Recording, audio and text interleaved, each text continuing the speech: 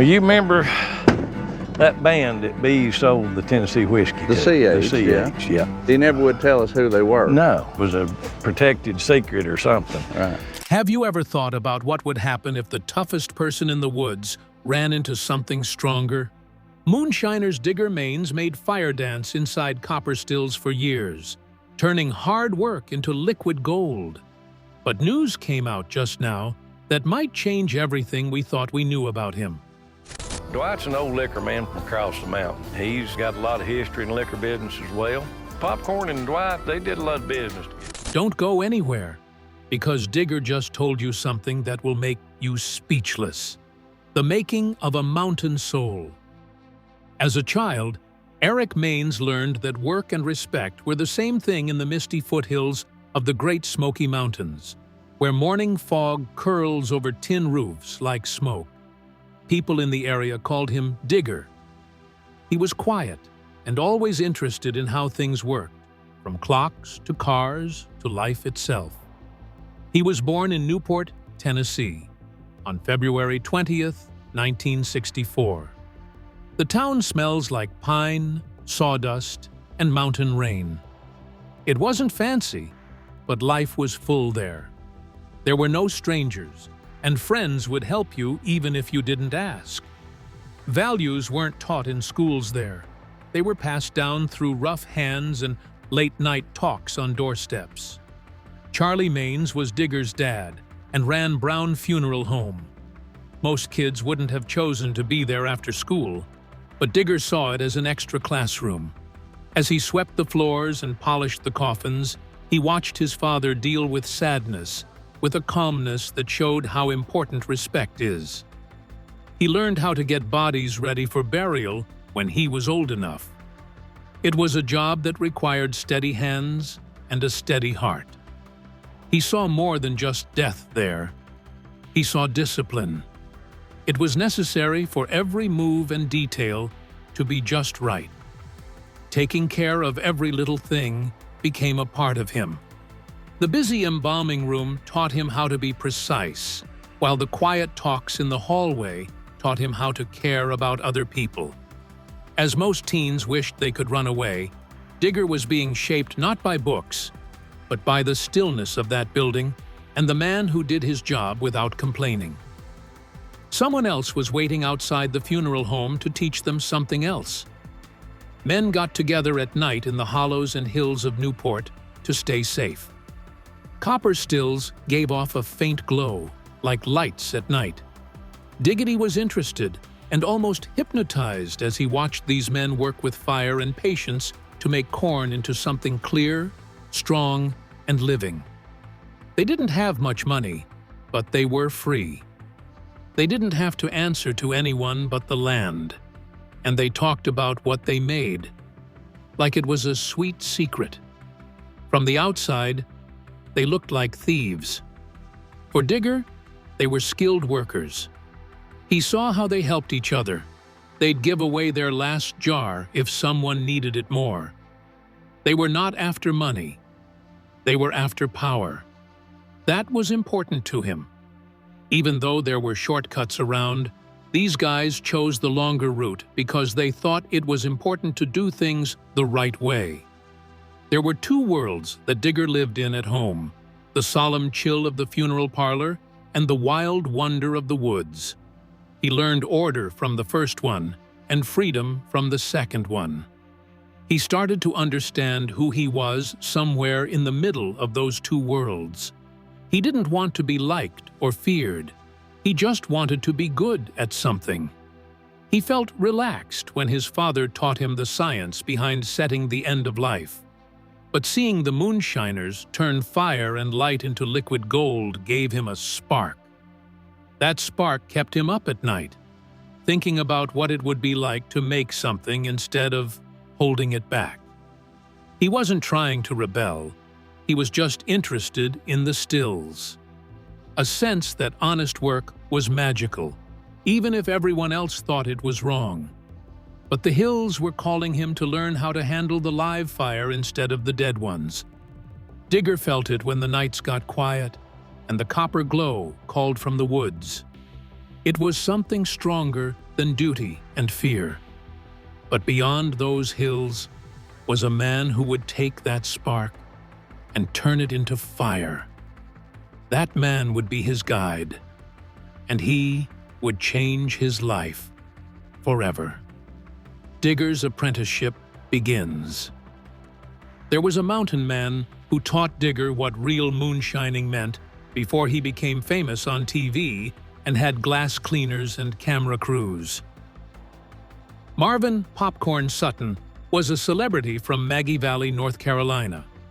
He was short and sharp-tongued, and people all over Appalachia knew him as both smart and rebellious. Popcorn had spent his whole life avoiding police and perfecting recipes that had been passed down from generation to generation. His story wasn't written down in history books. It lived in the smoke from his whiskey and the fire in the woods. It wasn't luck that Digger met him for the first time. It was respect that made the door open. Popcorn could tell a fake from a mile away, but Digger wasn't one of them. He didn't brag or talk much. He just worked, watched, and listened. Because he was patient, he got something very rare in the moonshining world: a teacher who told him his secrets. He learned from Popcorn how to read the still like a heartbeat, how to keep the temperature steady even when the night wind blew hard, and how to know when a run was right without ever looking at a gauge. Popcorn's lessons were more than just how to do something. They also had meaning. He would say, "Don't make it for greed, make it for pride." It wasn't a battle cry, but a way to live. That meant a lot to Digger.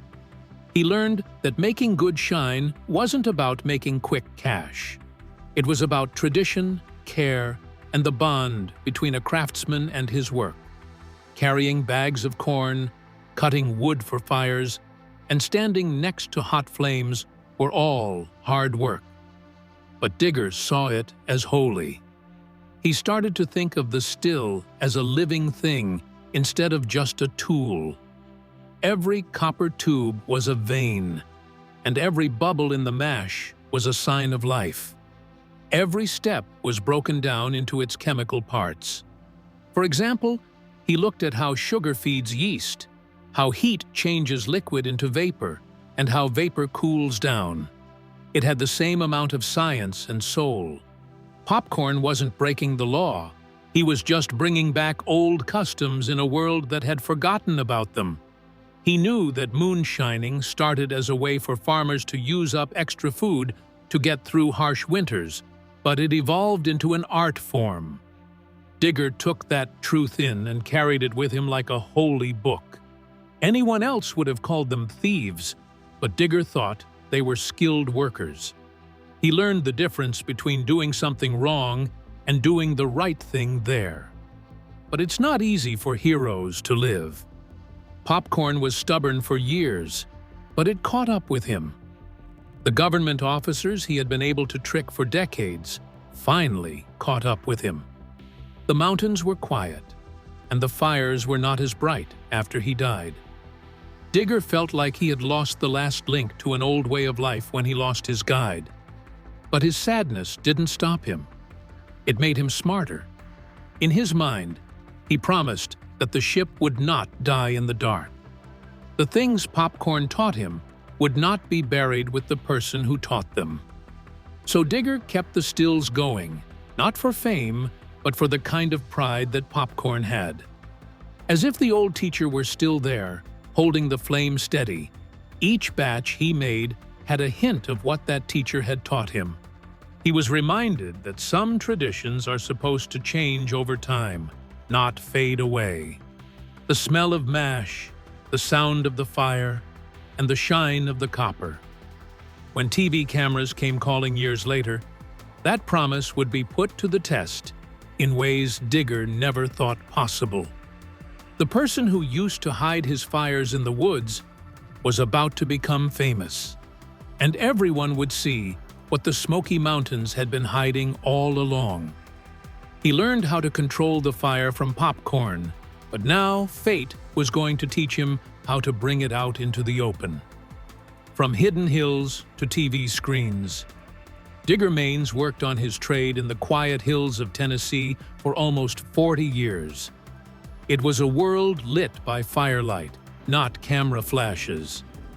He wasn't trying to get attention. Moonshining was supposed to be done in secret. On the other hand, fate has a funny way of bringing tales to light. Mark Ramsey, a friend of his for a long time, was the twist. Mark had been on the 3rd season of Moonshiners, a new type of reality show on the Discovery Channel that followed the secret world of brewing in the woods. Men like Digger would never do something so brave and dangerous. It felt like breaking a holy rule to show the life of a moonshiner on national TV. Mark saw something bigger, though. He thought that their story, with all of its skill, history, and heart, should be told. When he asked Digger to come with him, Digger naturally said no.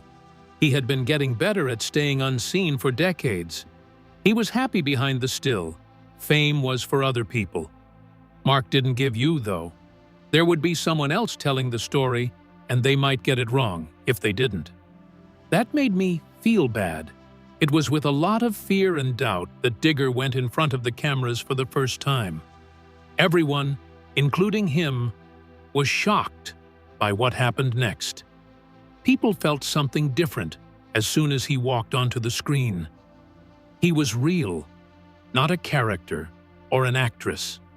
In a world where everyone is always pretending, his drawl, his dry sense of humor, and his mountain knowledge all felt real.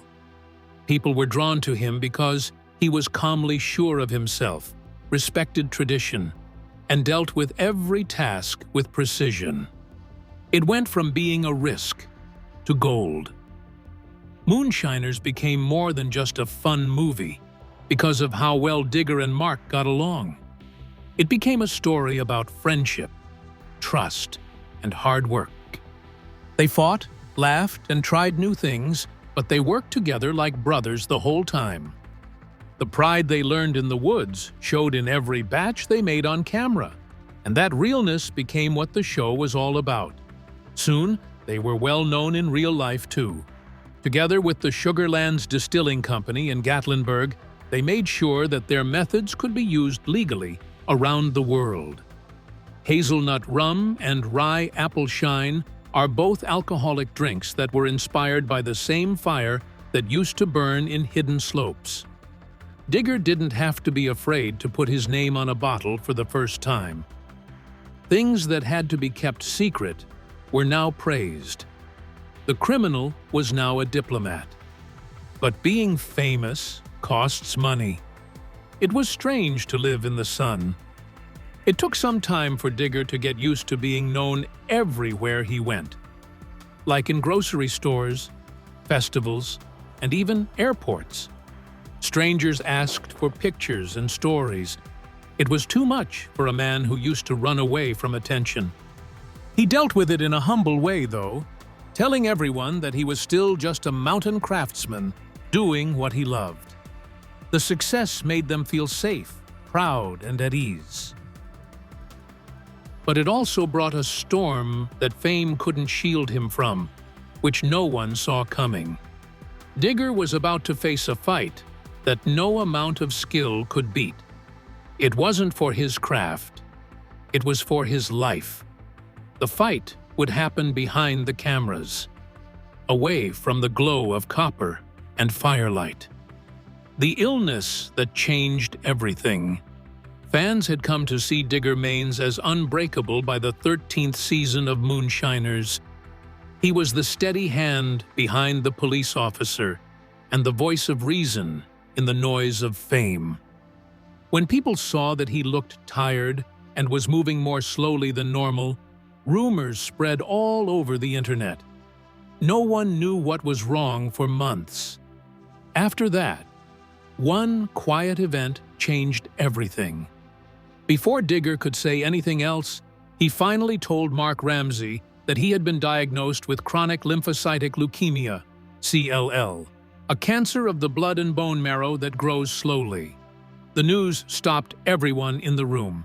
His voice was calm and almost matter-of-fact, like someone who has seen a lot of death and life. The camera caught no tears or emotion, just the truth. He told Mark that it wasn't the end, but it ain't fun either. There was a rare moment on TV when nothing said was more powerful than the quiet. It hit like a hammer for fans. The man had been fighting fires in the dark for years. Now he was fighting one inside himself. People from all over the world sent him prayers and notes on social media, calling him family even though they had never met him. Moonshining started as a way to make money in those mountains, so his statement felt close to home. Everybody knew someone who was going through the same thing. CLL doesn't go away easily. It slowly builds up, putting too many bad white blood cells into the blood. This makes the immune system weaker, leaving the body open to getting sick and tired. Most people who have it deal with their symptoms for years on end under a watch-and-wait plan that includes regular tests, close monitoring, and finally targeted treatments when the body needs them. The fight lasts a long time. What the Discovery Channel had to do was decide whether to use Digger's condition to get more viewers or to treat it with care. They picked honor. They didn't try to make the story more dramatic or catchy than it was. The show stayed true to life. Behind the scenes, the production team changed his routine so that he could rest when he needed to. His co-stars, Stephen Ray Tickle, Josh Owens, and Tim Smith, also stepped up to help him. He wasn't treated like a patient, he was treated like a brother. The illness didn't end Digger's life.